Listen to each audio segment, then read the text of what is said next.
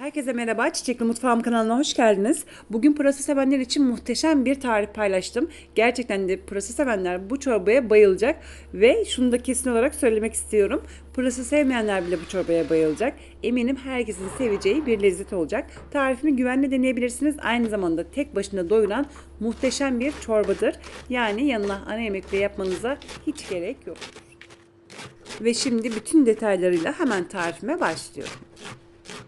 Burada tam olarak 1 kilogram pırasa var. Pırasaları bu şekilde doğradım ancak içinden 3 tane küçük pırasayı ayırdım. Sunum esnasında katık olarak değerlendireceğim. Çok güzel yakışıyor. Mutlaka sizin de denemenizi tavsiye ediyorum. Bunları da bu şekilde küçük küçük doğruyorum.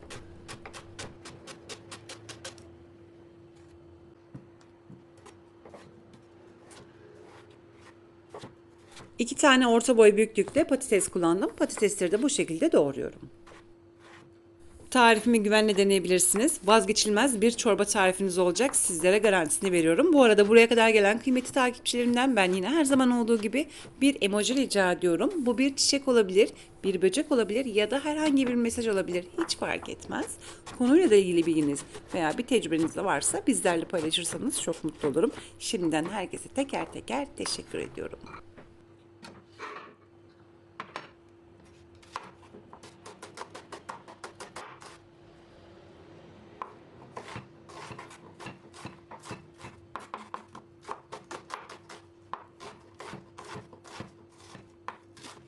3 tane orta boy büyüklükte havuç kullandım.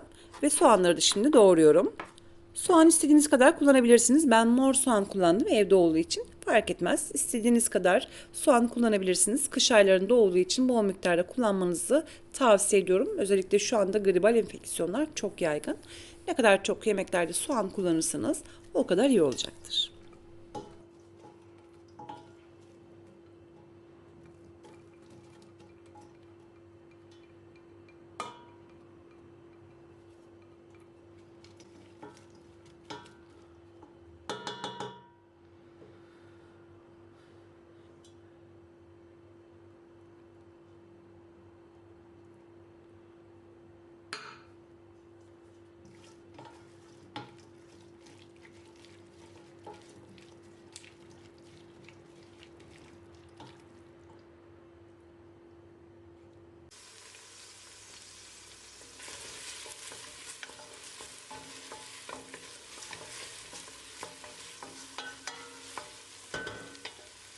Soğanları yüksek ateşte yarım bardaktan biraz fazla zeytinyağıyla yüksek ateşte güzelce kavurduktan sonra şimdi hemen havuçları ilave ediyorum.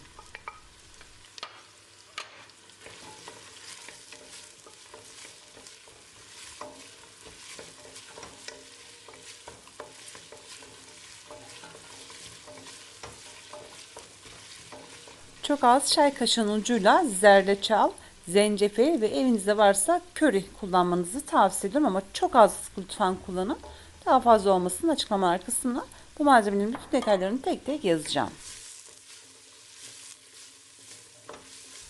Havuçları da yaklaşık olarak 3-4 dakika boyunca güzelce kavurduktan sonra patatesleri ilave ediyorum.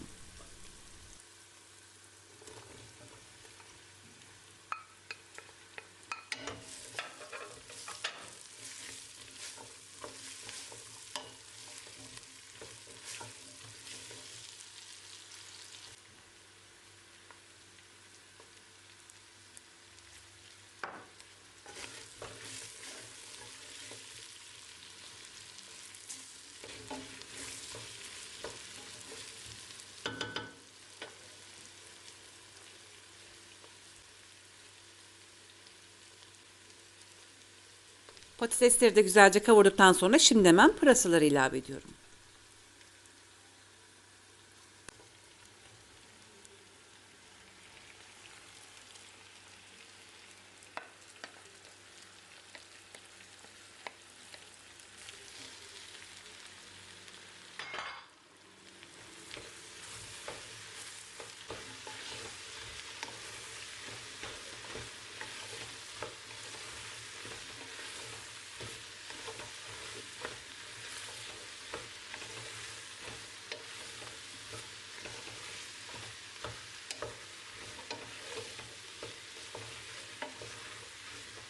Pırasalarını da ilave ettikten sonra yaklaşık olarak 10-12 dakika boyunca güzelce kavuracağım. Ne kadar çok kavurma işlemini uzun tutarsak çorba o kadar lezzetli olacaktır.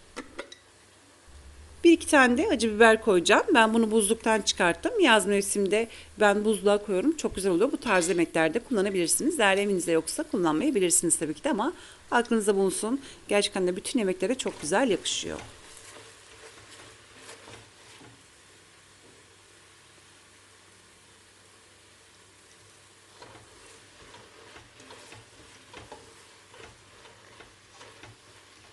Yaklaşık olarak 10-12 dakika boyunca güzelce kavurdum ve sürekli de karıştırdım. Şimdi baharatlarını ilave ediyorum. Bol miktarda karabiber, kırmızı toz biber ilavesi yaptım.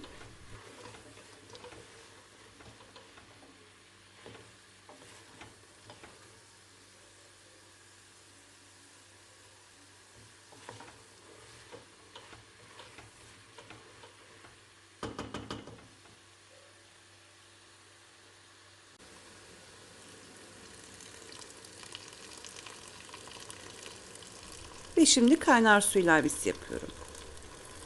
Toplamda 2,5-3 litreye yakın su kullandım. Kaynar su kullandım. Yani toplamda 12 veya 15 bardak kullanabilirsiniz. Bu çorba toplamda 10 kişiliktir. Biz ertesi güne de içtiğimiz için fazladan yaptım. Sizler de bu şekilde isterseniz fazladan yapabilirsiniz. Gerçekten de çok lezzetli oluyor. Toplamda 1,5 yemek kaşığı tuz ilavesi yaptım. Ve şimdi ağzını kapatıyorum. Kaynadıktan sonra altını kısacağım ve ortalama 45-50 dakika boyunca güzelce kaynamasını bekleyeceğim. Aradan yaklaşık 1 saat geçti. Şimdi hemen tencerenin kapağını açtım ve kontrol ettim. Havuçlar çok güzel pamuk gibi olmuş. Şimdi az miktarda birazcık blenderdan çekeceğim. Blender'ı çok fazla çalıştırmayacağım. İsterseniz siz tamamını blenderdan çekebilirsiniz ama ben birazını da süzgeçten geçeceğim. Çünkü daha da lezzetli olacaktır. Çorbalarda blender'ı ne kadar çok kullanırsak o kadar lezzetini alacaktır. O yüzden birazcık bu şekilde parçalayıp hemen şimdi süzgeçten geçireceğim.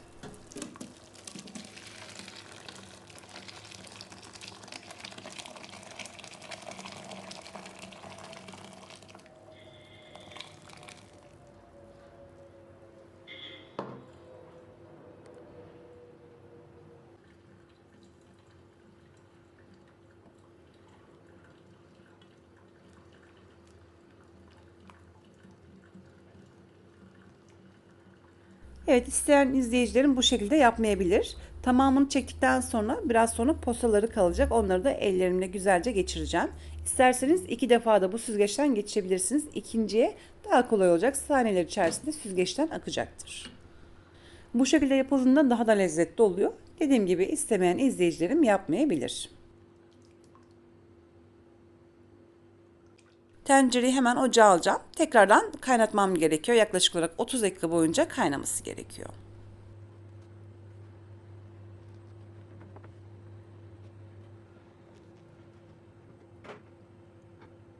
Çorba kaynarken ben de hemen sunum için ekmekleri hazırlıyorum. Bizim pırasa çorbasında olmazsa olmazı ekmeğimizdir. Çok fazla ekmek tüketen bir aile değiliz ama bu tarz çorbalarda gerçekten de muhteşem oluyor. Küçük küçük doğradıktan sonra birazcık kavuracağım.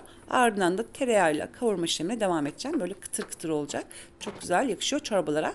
İsterseniz bayat ekmekleri bu şekilde hazırlayıp fırınlayıp buzluğa da koyabilirsiniz. Bu tarz çorbalarda değerlendirebilirsiniz. Gerçekten de efsane oluyor. Ve şimdi dereotunu hazırlıyorum. Görmüş olduğunuz gibi saplarının kalın kısmını kullanmıyorum. Bu önemlidir. Ve bu şekilde ince ince doğruyorum. Ne kadar çok ince doğrarsak o kadar iyi olacaktır. Bu arada ben bu çorbada kesinlikle dereotunu çok güzel yakıştırdığım için fazla kullandım. Eğer isterseniz siz yarım demet dereotu da kullanabilirsiniz.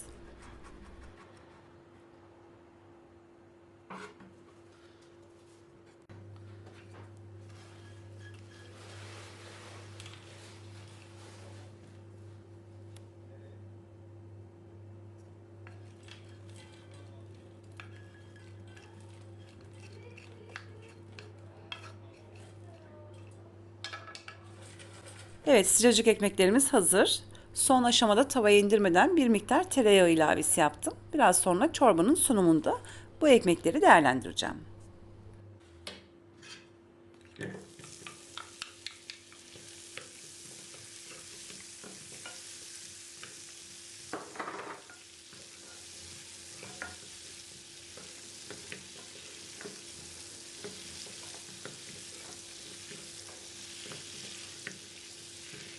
3 yemek kaşığı dolusu tereyağını tavaya aldım.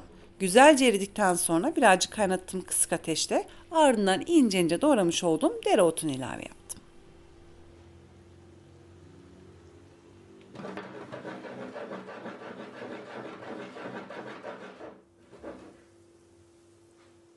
Sadece 1 veya 2 dakika boyunca tereyağında bu dereotunu güzelce kızartacağım. Ardından da çorbaya ilave edeceğim.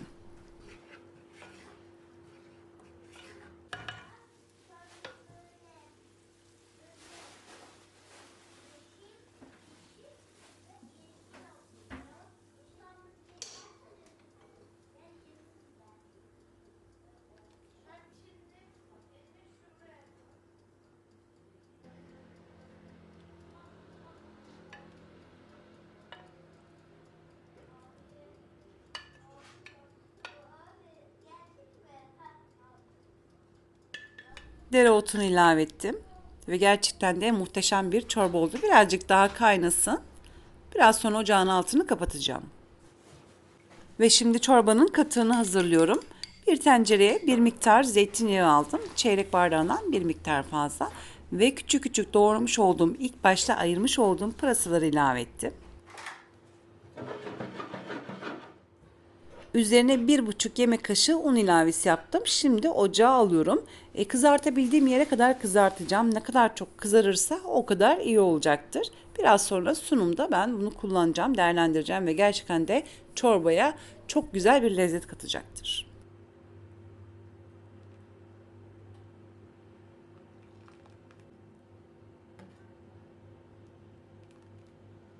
Ve artık çorbamız hazır. Görmüş olduğunuz gibi muhteşem oldu. Ben tam istediğim gibi bol dereotlu yaptım. Bunu tamamen size bırakıyorum. 2 günlük bir çorba yaptım ailem için. Gerçekten de bayılacaksınız ve her zaman yapacağınız bir tarif olacaktır. Bu arada katık için yapmış olduğum pırasaları da göstermek istiyorum. Görmüş olduğunuz gibi bu şekilde karıştıra karıştıra yüksek ateşte pişiriyorum. Ne kadar çok kızarırsa o kadar lezzetli olacaktır. Şu an henüz kızarmamış. Ben birazcık daha ocağa bırakacağım. Ara ara da karıştırmaya devam edeceğim.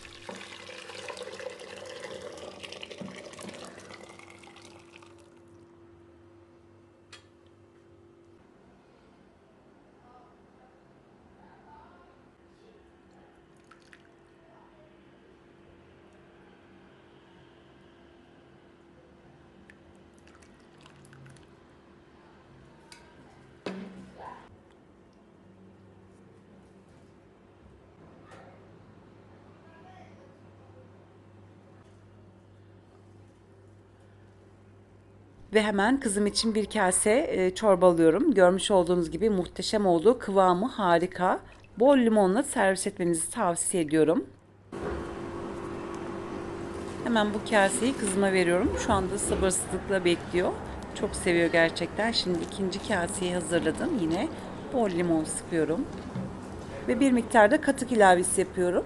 Şu anda bu pırasalar ocakta çıtır çıtır oldu. Gerçekten de çok şahane. Ben zeytinyağı kullandım. Ayçiçek yağıyla daha çıtır oluyor. Tercihi tamamen size bırakıyorum. Gerçekten de her şekilde muhteşem bir çorba. Güvenle deneyebilirsiniz. Tarifimi her zaman olduğu gibi güvenle deneyebilirsiniz. Açıklamalar kısmında bu malzemelerin bütün detaylarını tek tek yazacağım. Beni izlediğiniz için çok teşekkür ediyorum. Böylelikle bir videomun daha sonuna geldik. Umarım bu videoyu beğenmişsinizdir. Sizlerden gelecek olan mesajları bekleyerek şimdilik vedalaşıyorum. Yarın yeni videomda tekrar görüşmek dileğiyle. Şimdilik hoşçakalın.